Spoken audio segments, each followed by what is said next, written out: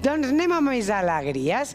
I per més alegries tenim a Sílvia Panadeiros de AC9, que sempre parlem de comunicació no verbal. Crec que la tenim connectada. Hola, Sílvia. Hola, Elena. Buenos días. ¿Cómo estás?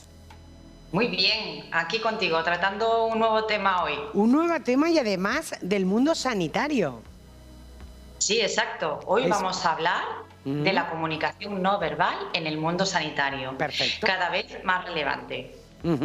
Pues cuéntanos, ¿por dónde empezamos? Mira, pues te voy a hacer una pequeña introducción. Vale. Voy a explicarte por qué es tan relevante la comunicación no verbal en este ámbito y quería tratarte una serie de puntos. Mira, el primero de ellos, la comunicación no verbal, cuando es usada por parte de un profesional sanitario, siempre ayuda a transmitir empatía y apoyo hacia el paciente que está tratando en ese momento. Bien sea con gestos, bien sea con expresiones faciales, posturas, etcétera, que vamos a hablar más adelante.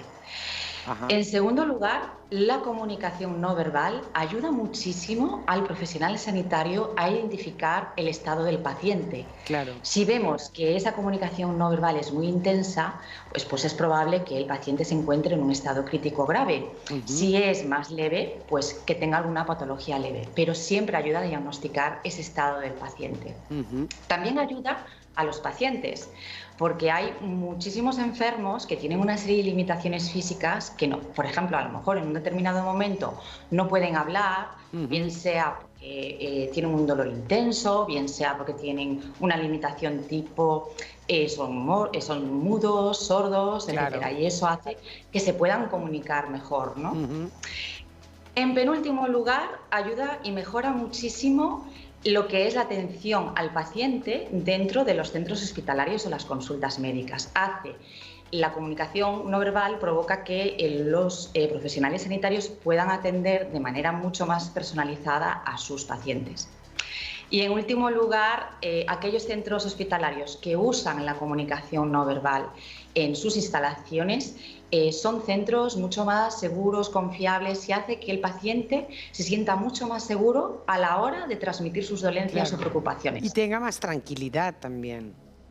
Y tenga mucha más tranquilidad, claro, y seguridad a la hora de poder hablar y expresarse. Y además es importante porque normalmente la mayoría de personas, cuando vemos una bata blanca, nos ponemos nerviosos, ¿verdad? Exacto. Entonces me imagino que esa comunicación también es importante para esos momentos.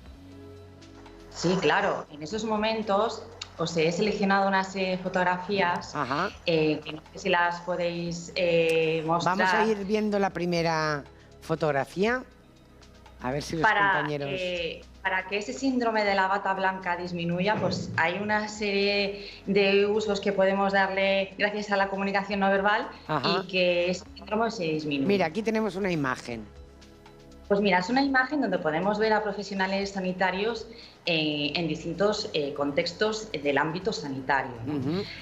Cuando estamos tratando a un paciente, entran prácticamente en juego todos los canales de la comunicación no verbal. Aquí podemos ver a un profesional en el primer encuadrante, a una persona inclinándose como escuchando activamente a un paciente. Podemos ver a un profesional sanitario usando el canal de la áptica, tocando la mano del paciente, incluso se le puede tocar el hombro. También entra en juego lo que es el canal de la proxémica, es decir, en muchas ocasiones los profesionales sanitarios se ven obligados a invadir ese espacio personal del paciente para ayudarlos a calmarlos y a sentirse mucho más seguros. También vemos que las personas, la postura hacia esos pacientes es de una manera erguida.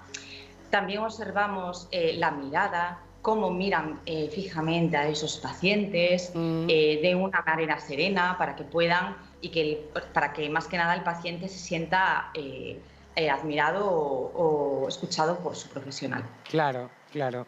Además, no sé si puede ser algo importante, pero la manera en que tengan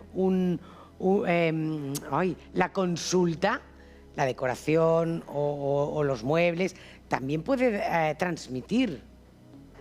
Claro, usar tonos cálidos, Aquí vemos todo como azul, como muy tranquilo. muy tranquilos y nada de, pues, de colores agresivos. Muchos pacientes también y profesionales sanitarios usan lo que es la música en sus consultas para calmar el ambiente, el olor, Claro. etcétera. Se tiene muchísimo en cuenta la decoración de espacios interiores cada vez más en el mundo sanitario. Ujú. Aquí vemos, bueno, otra fotografía sonriendo, que siempre, si el médico sonríe, todo va bien. Todo va bien, claro. He puesto esta foto porque es que la sonrisa es el comodín de la comunicación no verbal, ¿no? Claro. Es decir, que si esta sonrisa ya la conocemos, te la he explicado muchísimas veces en anteriores programas, que es la sonrisa Duchenne, la sonrisa auténtica, Sí. donde, bueno, pues ahí se transmite confianza. Pero a veces no es necesario que esa sonrisa sea tan intensa, es decir, con mostrar una cara serena, una cara dulce hacia el paciente es más que suficiente para que Claro. se sienta seguro. ¿Y el tacto también? El...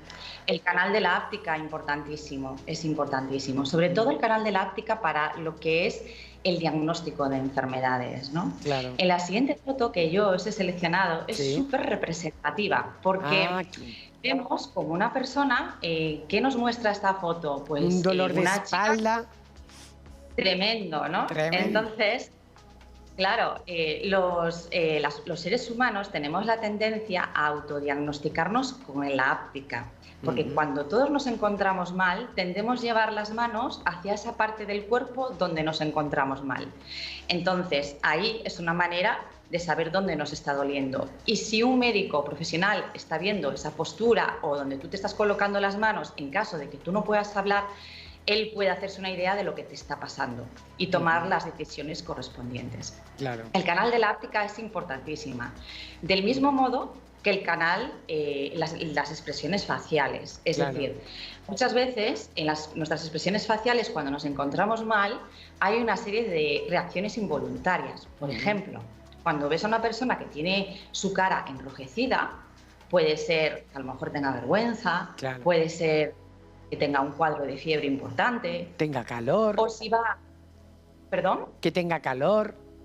que tenga calor, claro, Claro. o, por ejemplo, si va acompañada de una cara de sufrimiento, que tenga un dolor inmenso. Totalmente, Entonces, claro.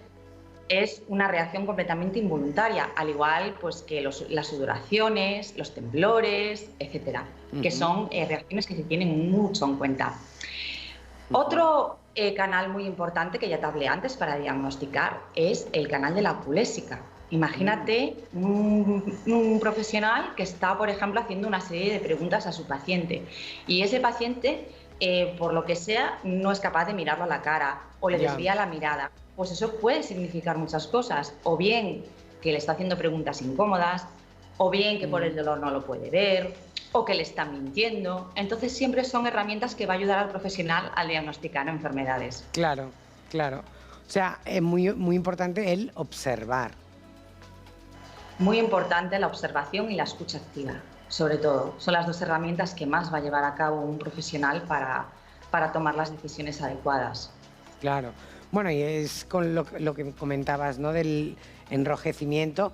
También podemos, si observamos, podemos ver si una persona se pone blanca, sabemos que se está mareando, que algo le ocurre, ¿no? Cuando Claro. cambia la tez. O si tienes un dolor de barriga, lo primero que haces es ponerte la mano en la barriga. Claro, la postura, por ejemplo, pues si te duele la barriga, pues te Para inclinas adelante. claro, y te pones las manos en el vientre, ¿no? Y Claro. al efecto a lo mejor contrario, si es una persona que está tensa o con ansiedad, estará completamente tensa y erguida, ¿no? Entonces ahí el médico puede diagnosticar a lo mejor algún tipo de trastorno mental como la ansiedad. Ujú. Hay muchísimas posturas que se pueden tener en cuenta para diagnosticar enfermedades. Claro. Y luego tenemos también en la parte de en los momentos más difíciles, ¿no? Antes de una operación, también debe ser un momento para tanto, sobre todo el profesional, fijarse cómo está el paciente.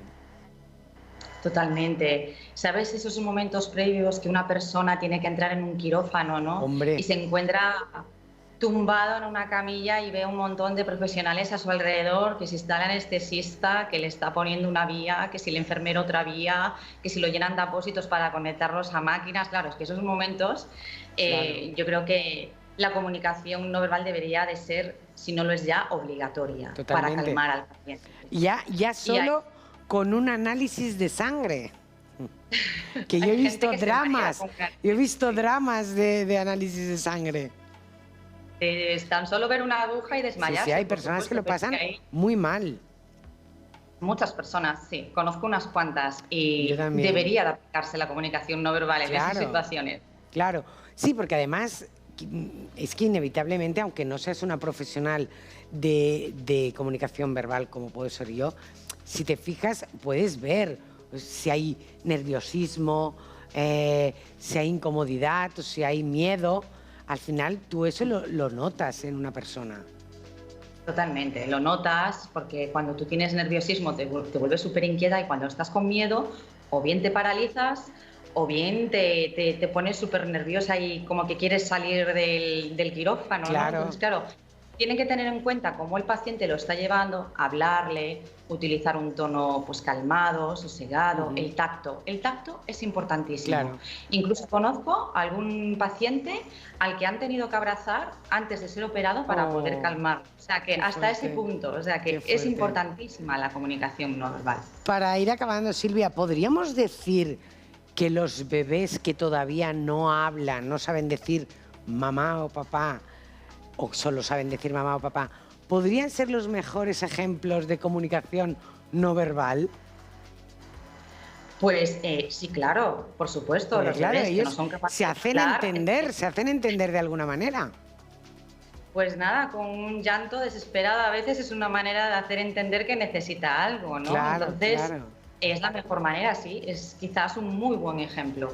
Hay que observar más y mirar si una persona se pone la mano en la cabeza, quiere decir que le duele la cabeza. Y observar muchísimo. Hay que observar muchísimo y desde aquí haría un llamamiento a toda la comunidad sanitaria y profesionales sanitarios y los invito a que se formen en este ámbito, que lo apliquen en su día a día al trabajo, que cada vez hay más estudios que demuestran la efectividad de la comunicación no verbal en este ámbito y que se animen a aplicarlo. Y que además ayuda a empatizar. Y ayuda a empatizar y a sentirse ellos mejor como profesionales. Totalmente. Pues muchísimas gracias, Silvia. Nos vemos próximamente y muy pronto. Seguramente, Elena. Claro Nos vemos. que sí. Un beso. Gracias.